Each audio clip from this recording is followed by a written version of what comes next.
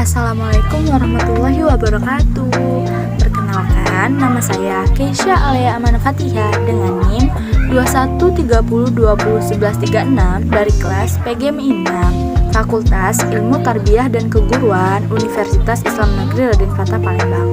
Baik, kali ini saya akan memaparkan materi tentang yang pertama, adaptasi tumbuhan, dan yang kedua, ciri-ciri khusus tumbuhan, ada kaktus, teratai, mawar, dan putri malu. Dan yang ketiga, perkembangbiakan secara vegetatif, dan yang terakhir, perkembangbiakan secara generatif. Yang pertama, A. Pengertian adaptasi tumbuhan. Adaptasi adalah proses makhluk hidup untuk menyesuaikan diri dengan lingkungannya. Sedangkan adaptasi tumbuhan adalah fitur khusus tumbuhan yang memungkinkannya hidup dengan cara menyesuaikan diri dengan lingkungan tertentu. B. Tujuan adaptasi tumbuhan. Yang pertama, mempertahankan hidup, dan yang kedua, menyesuaikan diri dengan lingkungan. Yang ketiga, untuk memperoleh makanan, dan yang keempat, melindungi diri dari musuh.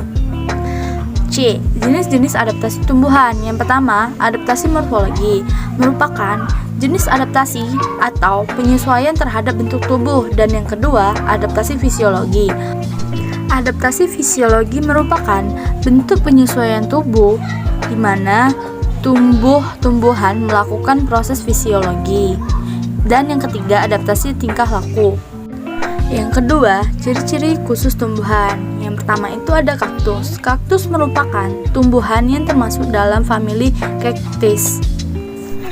Nah, ciri-ciri kaktus yang pertama, batang berair. Yang kedua, berduri. Yang ketiga, berfotosintesis di batang. Yang keempat, kutikula tebal. Yang kelima, adanya areoles. Dan yang terakhir, akar panjang yang menyebar. Selanjutnya ada teratai. Teratai adalah tumbuhan yang hidup di air seperti rawa-rawa dan kolam dangkal. Nah, ciri-ciri teratai yang pertama, akar pendek dan berserat. Yang kedua, batang kuat dan berongga. Yang terakhir, daun lebar dan anti kotor. Selanjutnya mawar. Bunga mawar merupakan salah satu tanaman hias yang menjadi favorit banyak orang. Warnanya yang cantik dan bentuknya yang indah membuat tanaman berduri ini menjadi primadona tanaman hias. Nah, ciri-ciri mawar yang pertama, batang berduri. Yang kedua, bunga berwarna cerah dan harum. Dan yang terakhir, tumbuhan yang tangguh. Selanjutnya putri malu. Tumbuhan putri malu sendiri memiliki nama latin Mimosa pudica.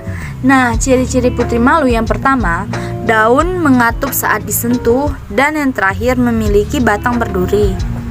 Selanjutnya yang ketiga, perkembangbiakan secara vegetatif. Perkembangbiakan vegetatif adalah perkembangbiakan tumbuhan tanpa proses penyerbukan.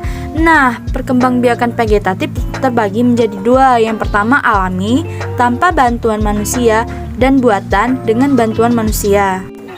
Yang pertama, pembiakan vegetatif secara alamiah. Ada penggunaan biji apomiktik, kemudian melalui spora. Yang kedua, pembiakan vegetatif secara buatan. Ada membumbun dalam tanah. Yang kedua, mencangkok. Yang ketiga, stik. Yang terakhir, mengentan atau menyambung.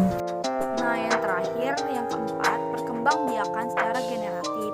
Pengertian menurut Kamus Lengkap Bahasa Indonesia, pembiakan generatif atau reproduksi generatif adalah perkembangbiakan tumbuhan secara kawin atau seksual.